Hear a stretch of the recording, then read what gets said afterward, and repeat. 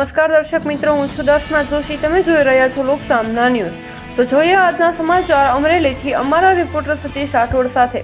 તારીખ 6 નવેમ્બર 2025ના રોજ રજૂઆત કરવામાં આવી હતી કે રોડનું કામ નબળું અને ગુણવત્તા વિહોણું થઈ રહ્યું છે અને આ કામ તાત્કાલિક બંધ કરવું જોઈએ. પરંતુ આ રજૂઆત છતાં પણ સંબંધિત અધિકારીઓ દ્વારા કોઈ પણ ખાસ ધ્યાન આપવામાં આવ્યું નથી. સ્થાનિક લોકોનો આક્ષેપ છે કે અધિકારીઓ અને કોન્ટ્રાક્ટરો વચ્ચે મિલીભગત હોવાના કારણે આ મુદ્દાને અવગણવામાં આવ્યો હતો. સ્થિતિ એવી બની ગઈ છે કે રોડનો થોડો ભાગ તોડી ફરીથી બનાવવામાં આવી રહ્યો છે.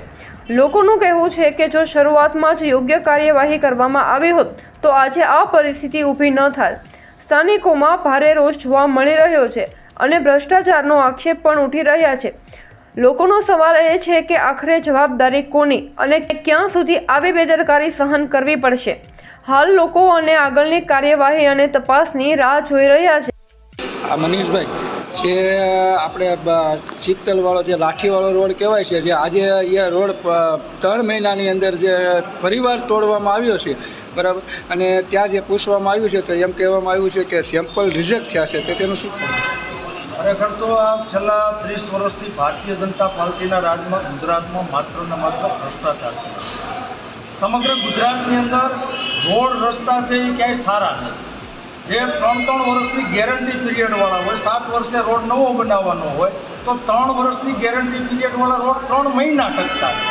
જેના ભાગરૂપે અમરેલી શહેરમાંથી પસાર થતો લાઠી રોડ સંપૂર્ણ રોડ છે આરસીસીનો બનાવવામાં આવ્યો.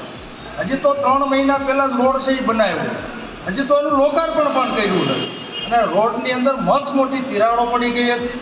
લોક ફરિયાદ અને વિપક્ષે જ્યારે અવાજ બુલંદ કર્યો ત્યારે ના છૂટકે પણ એ રોડ છે એ ફરીવાર તોડીને બનાવવાનું કામગીરી છે એ શરૂ કરવામાં આવી છે. જ્યારે કોન્ટ્રાક્ટરને કે સુપરવાઇઝરને પૂછવામાં આવ્યું કે ભાઈ આ રોડ શા માટે બનાવીને 3 મહિનામાં તોડવામાં આવ્યું, તો એ લોકો એવા જવાબ આપે છે કે ભાઈ સેમ્પલ ફેલ. તો મારે જે તે અધિકારીઓને કહેવું છે, નાયબ કાર્યપાલક ઇજનેર હોય કે કાર્યપાલક ઇજનેર હોય કે એસઓ હોય કે સાઇટ સુપરવાઇઝર હોય, તો સેમ્પલ ફેલ ગયા, રોડ બની ગયા તો અત્યાર સુધી શું કરતા હતા? એની ક્યાંક ને ક્યાંક મીઠી નજર તળે અધિકારીઓ અને ભાજપના નેતાની ભાગ બટાઈને હિસાબે આ રોડ છે નબળી ગુણવત્તાવાળા ગયા છે અને ટૂંકા સમયગાળાની અંદર 3 મહિનાની અંદર લોકાર્પણ કર્યા પહેલાં તૂટી ગયા. હવે અમરેલી શહેર, અમરેલી જિલ્લાની અને ગુજરાતની જનતા છે જાગૃત બની ગઈ છે. ટૂંક સમયની અંદર જ્યારે સ્થાનિક સ્વરાજ્યની ચૂંટણી આવતી હોય, તાલુકા, જિલ્લા પંચાયત, નગરપાલિકા અને મહાનગરપાલિકાની ચૂંટણી હોય તો આ ગુજરાતની જનતા આ ભ્રષ્ટાચાર ફેલાવનાર, આ નબળા રોડ બનાવનાર આ ભારતીય જનતા પાર્ટીને જાકારો આપવાનું કામ કરવાનું.